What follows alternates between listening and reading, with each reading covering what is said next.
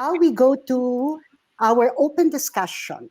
Okay, we have one question from Mimi. Dr. Wan, you have great partnership with law enforcement officials in Vietnam. Will you be able to share how you were able to successfully relate to policies to police in this way? Thank you.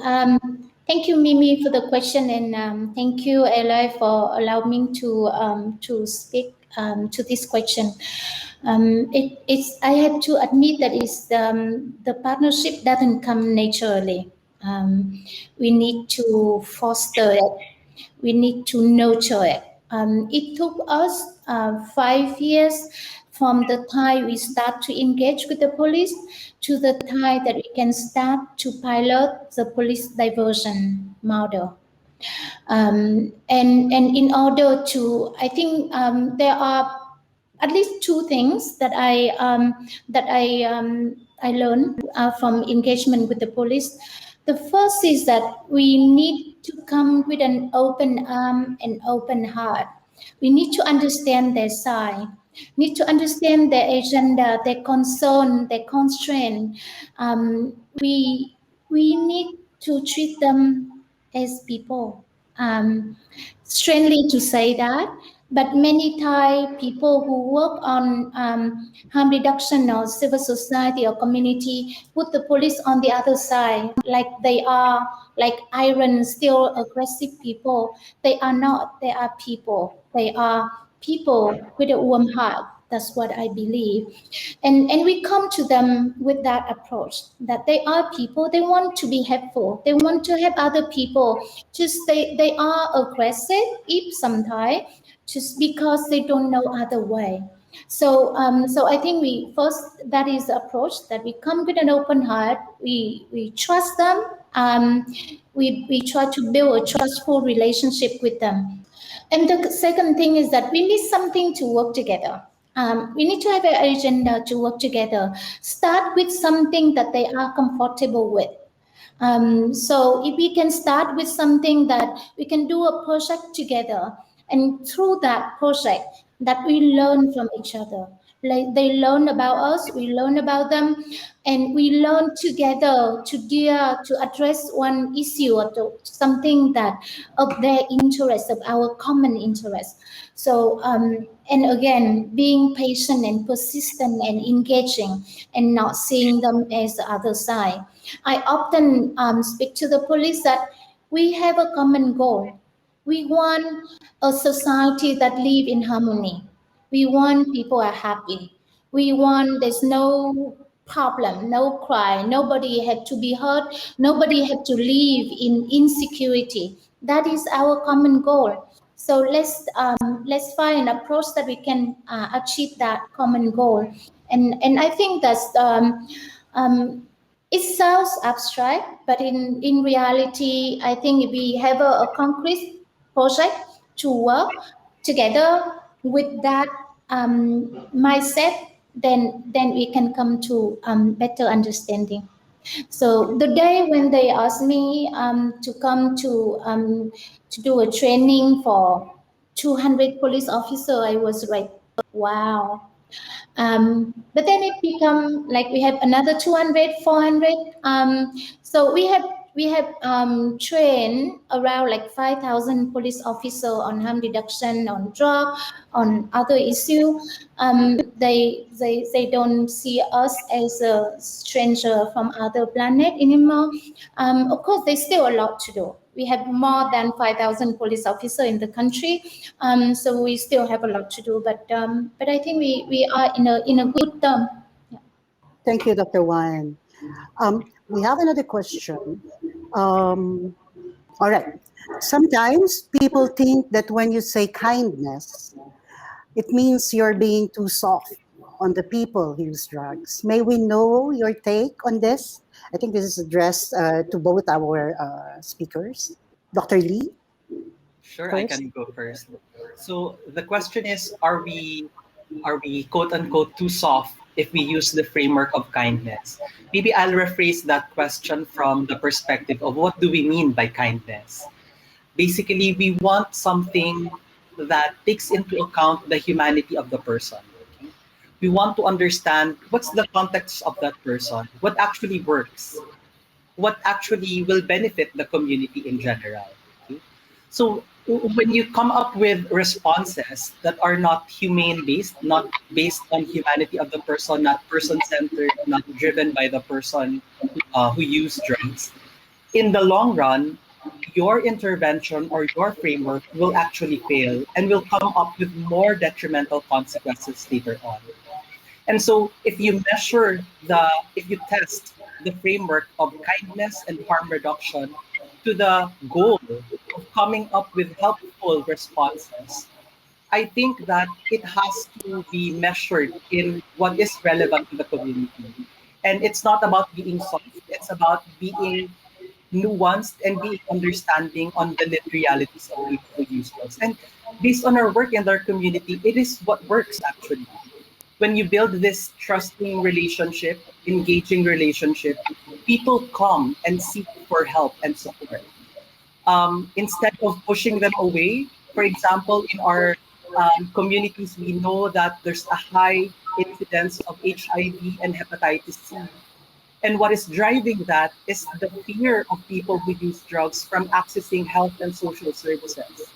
But if you change your framework, you create a trusting and kind environment, people start connections, building relationships with you. And that's where we can provide more help. And that's where we can address the real harms related to drug use. I think that sort of answers the question. Thank you. Yeah, I think also in the chat in the Q&A there are different questions from different side, from the people who think that we should not treat police officer as a human because they treat people who use drug badly. There are people who think that we cannot have a sympathy or kindness to the people who use drug because they under the influence they can have a very uncontrolled aggressive behavior, even killing people. So I think it's that is the reality, and that is why I think we have this conference and this section that we need to build bridge. If we continue to fight, then somebody have to be lost. So, but if we try to put aside our ego, I would say, try to understand the other side, their constraint. I was talking about empowerment in that sense. When people don't understand, when people are fear, people are nervous, they can be aggressive.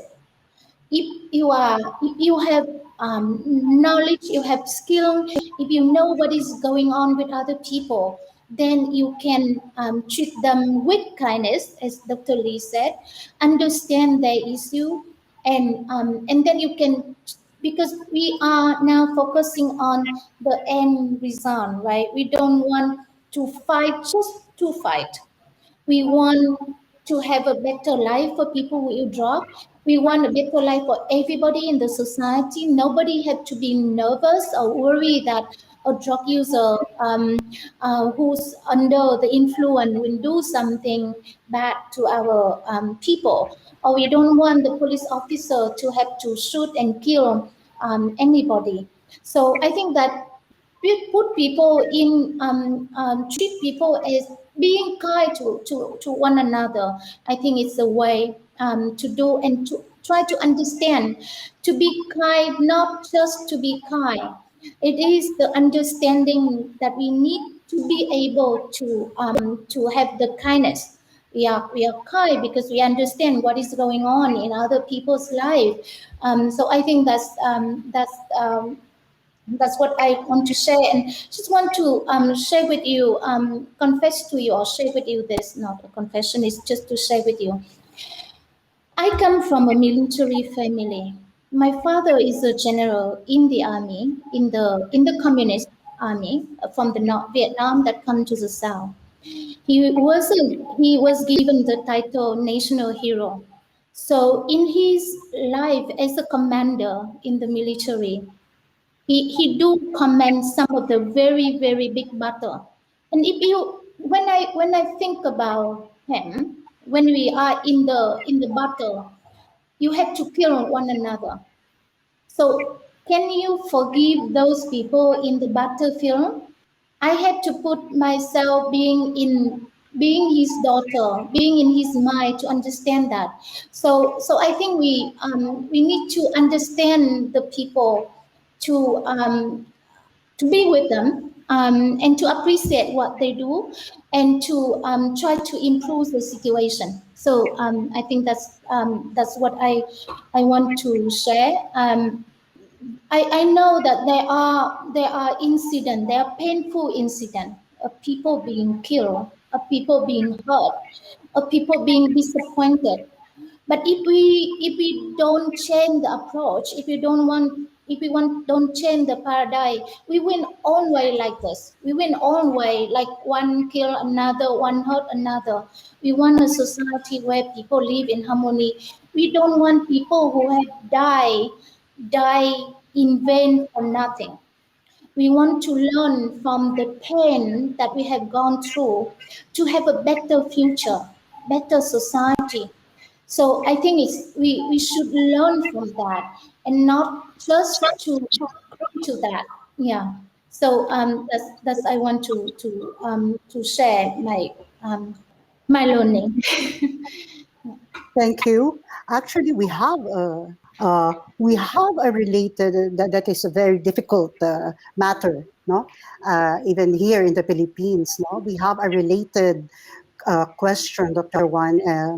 Does those, of course, you address it. If you want to add, and Dr. Lee want to add also, does those who use and abuse drugs give due respect to their victims? Like my daughter was murdered, and he said because he took shabu. You partially discuss it, Dr. Juan, but perhaps you and Dr. Lee can add some answers. Yeah, Sure. definitely. Yeah. Okay, sure, sure. Uh, First, I'd like to offer my condolences for the family of the victim.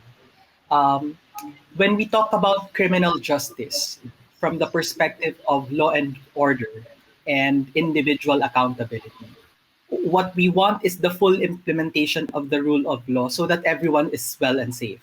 So, for a person who would use drugs and would commit violent crimes, let's say homicide or even other crimes that are harming individual society, I think it is but right that we look for the justice system and ensure the implementation of accountability mechanisms. So undergo trial, and if called for, then we can pursue the legal remedies that we have. Okay, but we have to unpack the substance use and the person, because those are two very very different things. In many studies, global studies, and in many understanding of the what we call the criminogenic tendencies, like why do people commit crimes, there is no clear association with a substance and the person who used drugs. Some individuals may commit crime and, let's say, drink alcohol and drink and use sabu and other things like that, but it's not because of the substance per se, but it's placed in the context of that individual with all the different context, the economic factors, the upbringing, even some saying genetic factors into it.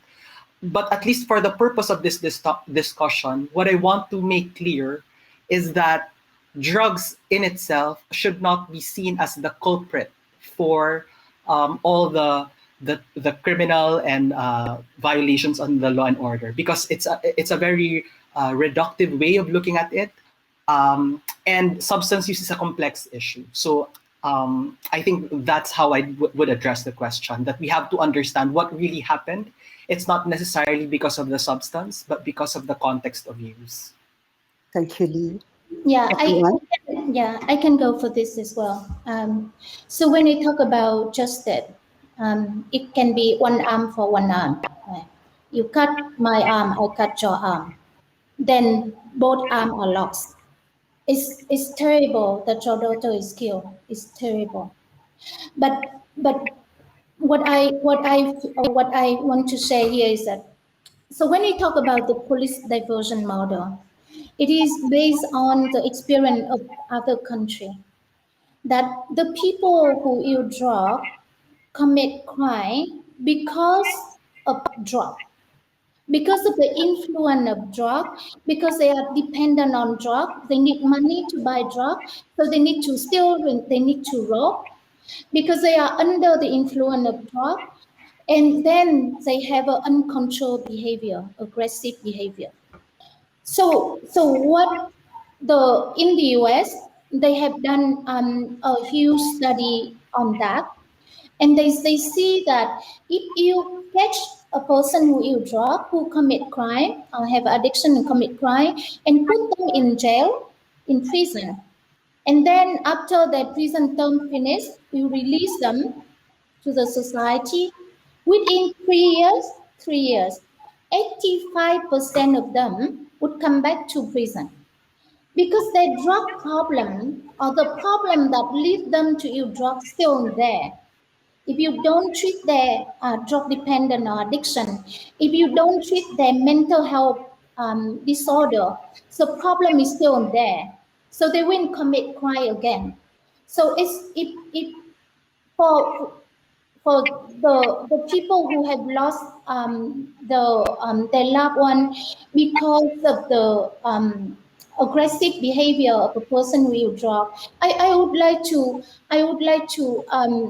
ask you a difficult question. Do you want to prevent other people being killed because of the violence behavior of people who you drug? People who you drug don't kill your daughter just because because of her. It's because of the person is influenced of drug. So if we want to prevent other people having the same unfortunate terrible pain like you and your daughter, we need to address that. We need to treat people who use drug who have a mental health disorder so that they can control the behavior. We need to do harm reduction so that the people will not be intoxicated, will be able to control their behavior. In one of the things that we do for harm reduction on ATS is to share information on how to avoid being in the psychotic situation. You need to drink a lot of water. You need to eat. You need to sleep, so that you don't go crazy, basically. So that's why we need harm reduction. We need harm reduction. We need mental health screening and treatment for people who have a mental health disorder, so that we can avoid the tragedy like with your daughter. So I would really hope that I think you attend this conference because you care. You want other people, other family don't have to go through this pain.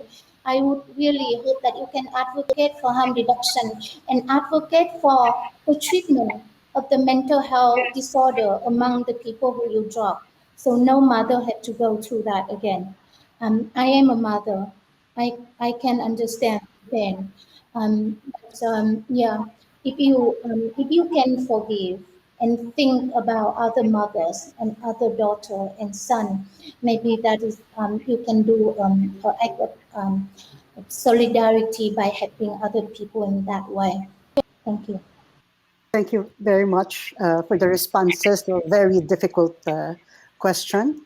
Um, I saw in the chat because it's related and I want to read it. It's a question for Dr. Lee. And actually, it's from a retired police officer from San Lakbay. And sir, we thank you for joining us in this summit because that's one point of the whole of the society approach. You are part of the solution, and we hope together we can find good responses, to the issues that we are confronting.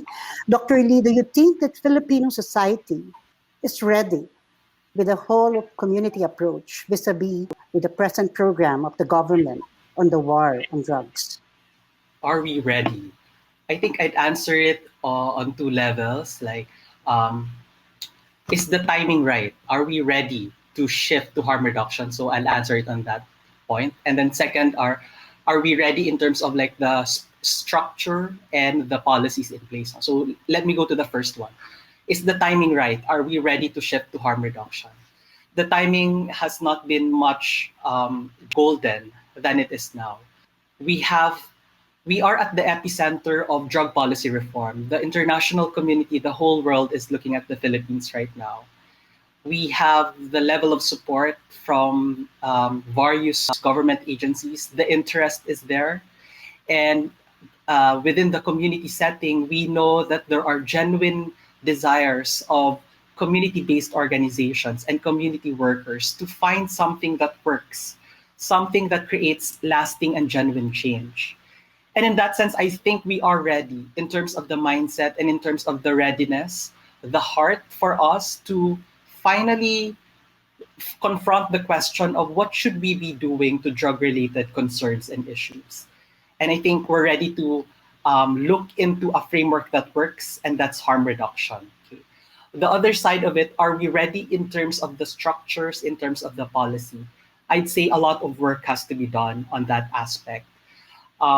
We are working in an environment wherein the predominant social legal order is a criminal and law enforcement model.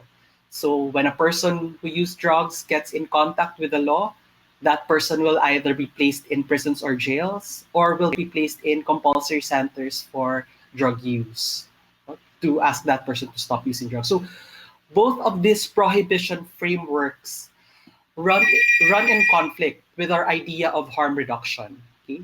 So we are operating under a harm reduction. We are operating under a criminal justice framework, and that runs in conflict with harm reduction. Because harm reduction is about looking at diversion for people to be supported from a health, from a social and economic framework. And the automatic response, the default response of people putting people in jail, or even worse, more stigma, persecution, the consequences of the war on drugs, all these things are not workable. So those are the aspects of readiness that we have to adjust and have to address for us to fully embrace harm reduction. Thank you. All right. We still have another question in our chat box. Okay. Really interesting take in the discussion on treating people with kindness, not just towards people who use drugs, but also people in the law enforcement. What concrete steps we can do to actualize this, given the current context on the war on drugs? Okay, so thank you for that. So the first thing is for us to maximize the policy spaces wherein there are principles of harm reduction being reflected. And I'm referring to one, the board regulation from the Dangerous Drug Board, number 7, series of 2019. Because with the help of the Department of Health and the Dangerous Drugs Board, the drug policy reform community has pushed forth a framework wherein a person who uses drugs will be supported from a family community system. There will be an assessment, needs assessment, and the whole of society approach. There are principles there wherein you will provide the needed support for the person, whether that be from an education perspective, from a livelihood, or even social support environment. Those principles are existent in the board regulation from the DTP. So I'd say that that's an operational framework that we can use as a starting point. But the more long-term solution is really a legislative reform, because we have to change the Comprehensive Dangerous Drugs Act, which operates under a primarily criminal law enforcement model. Okay, it treats people who use drugs as criminals. Okay, as long as the person would use drugs or do activities related to substance, psychoactive substance, then that person is already a criminal.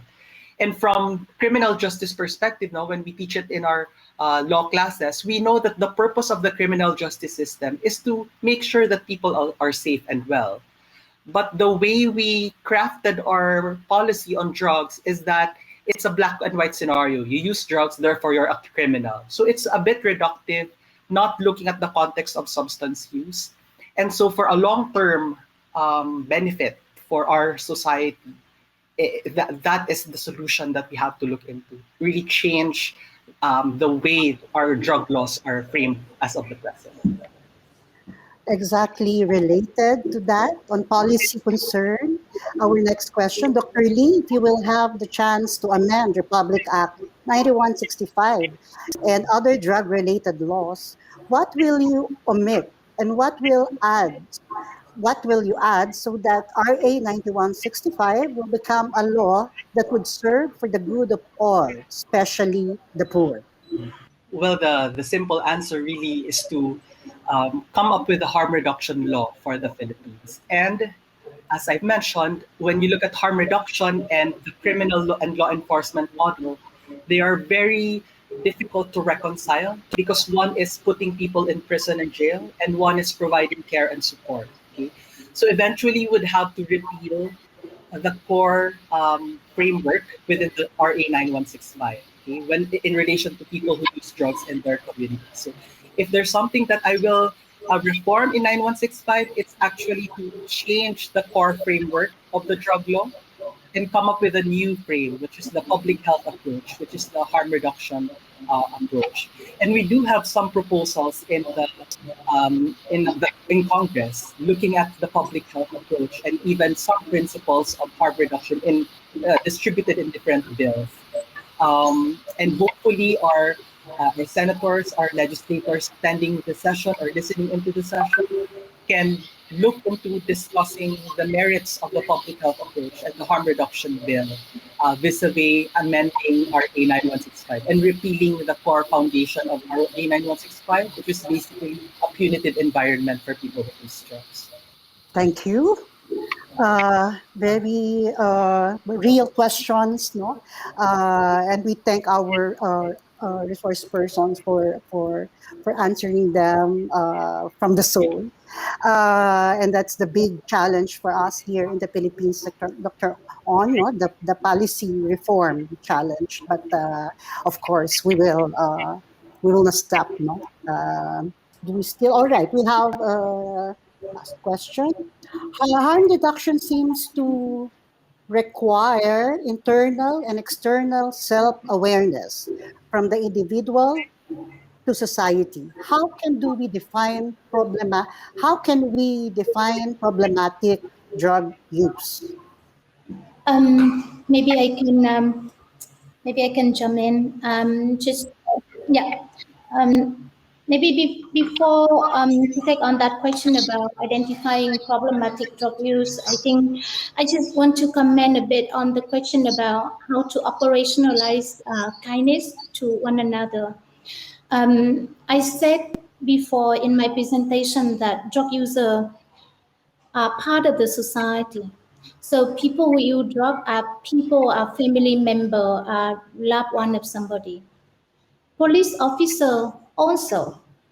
We shouldn't forget that law enforcement officers, they don't come from other planet. They are member of the family, of the society, of the neighborhood. Also policymaker. The policymaker is somebody, brother and sister, friends or classmate or the neighbor. So if we think about that way, we can be kind to our neighbor, we can be kind to our friend, we can be kind to everyone. And there's a question for me asking about like how can we engage with policymaker? I think it's from that perspective as well. Policymakers are human. They are not made of iron. They don't come from other planet.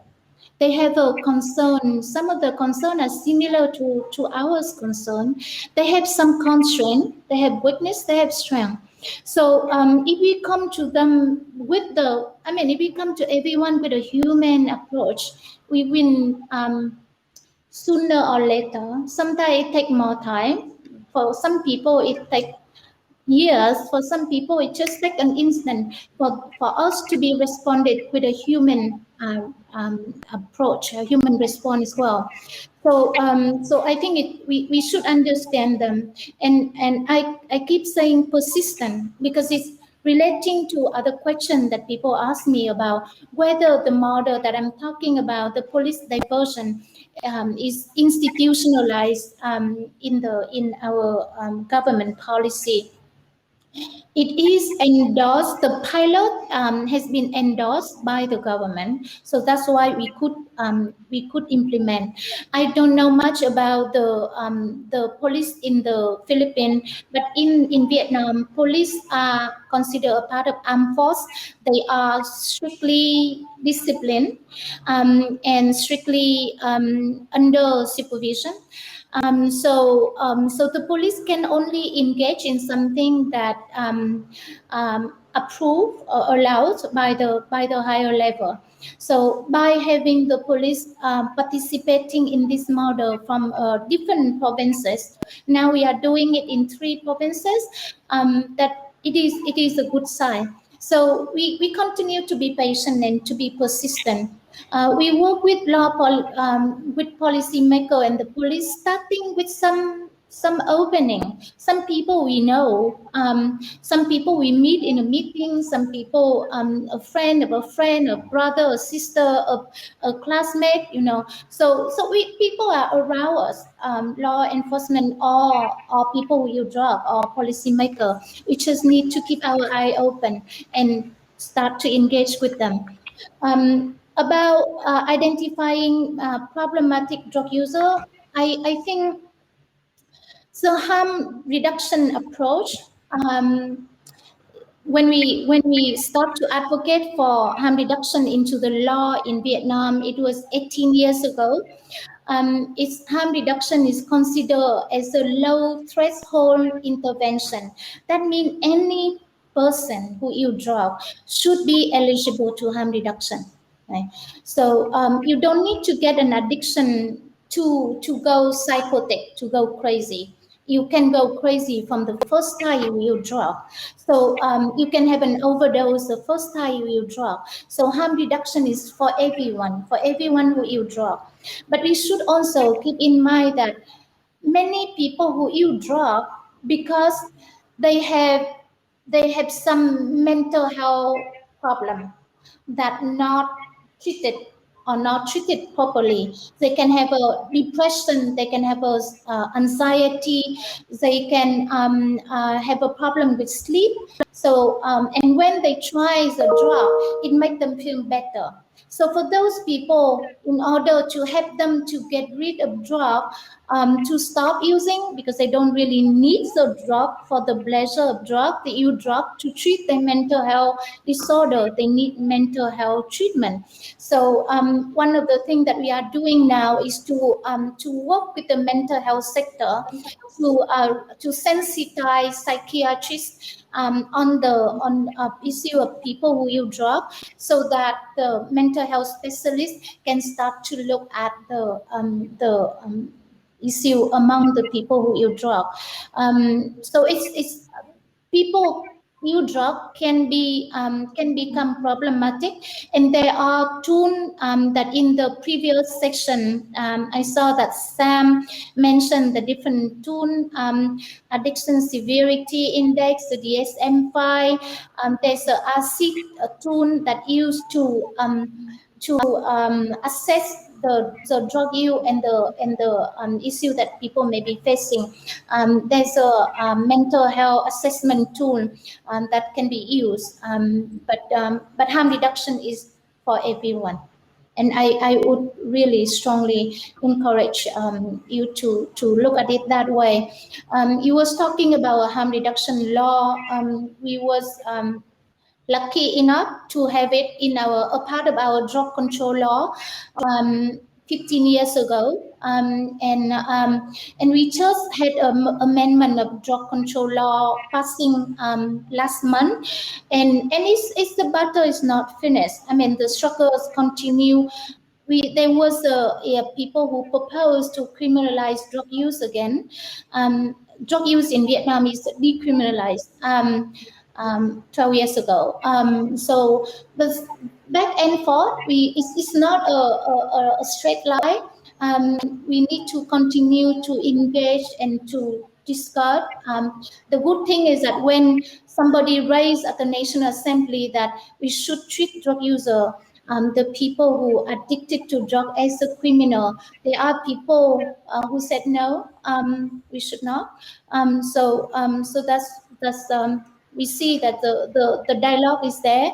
It's not one-way street. But the good thing is that we have now people have knowledge and understanding, and the kindness and the confidence to discuss about this issue.